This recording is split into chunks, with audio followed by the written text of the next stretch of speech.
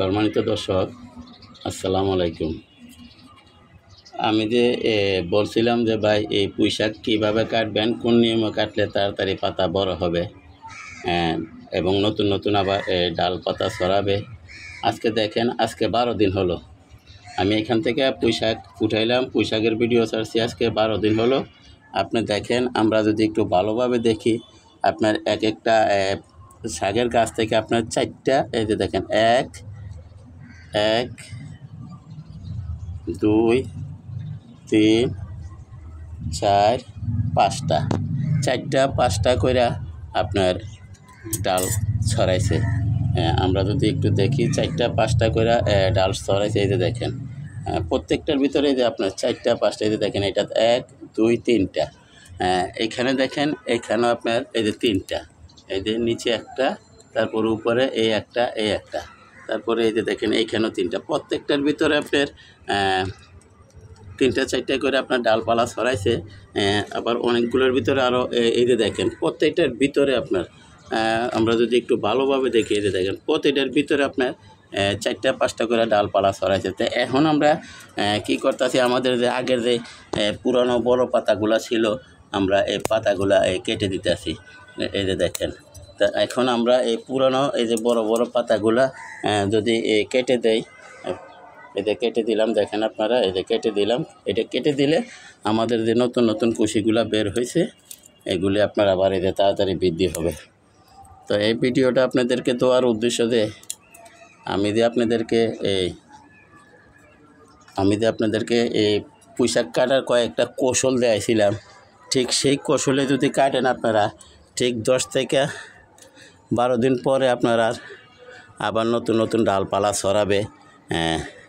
আবার 2-1টা মাথা ভেঙে গেছে, ভাঙুক, কিন্তু আমরা যদি দেখি, আপনার প্রত্যেকটা ডালে আপনার 3টা 4টা করে, 3টা সর্বনিম্ন 3টা, কিন্তু 4টা 5টাও আছে।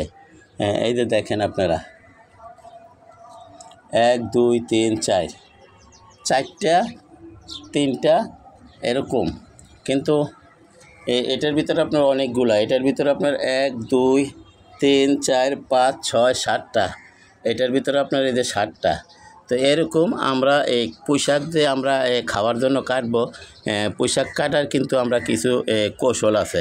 এই কৌশলগুলো যদি আমরা অবলম্বন করি, তাহলে আমরা এই তাড়াতাড়ি আবার নতুন শাক, নতুন ডালপালা বের হবে, সেগুলো আমরা খাওয়ার উপযুক্ত হবে।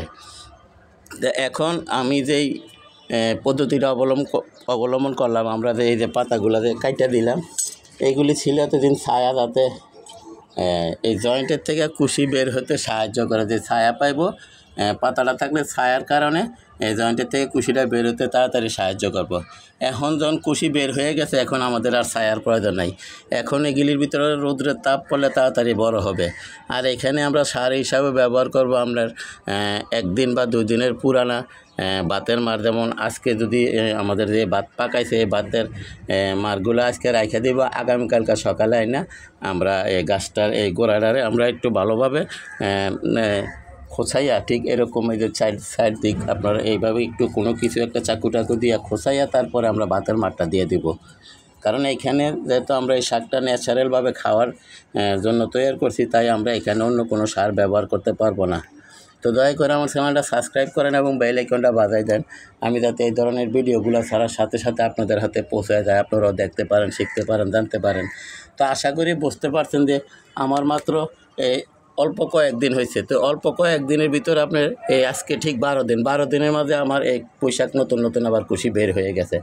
আর পাতাগুলি যদি দেখি, আমরা দেখেন পাতাগুলো আমাদের কত বড় বড় হয়েছে এবং কত সতেজ, কত মজবুত। আপনারা যদি দেখেন, আপনারা একটু দেখেন, এগুলি তো আর খাওয়ার যোগ্য না। এগুলি আমি এই যে পাতা পচা সারের সাথে ফালাই দিব, পচা সার হবে।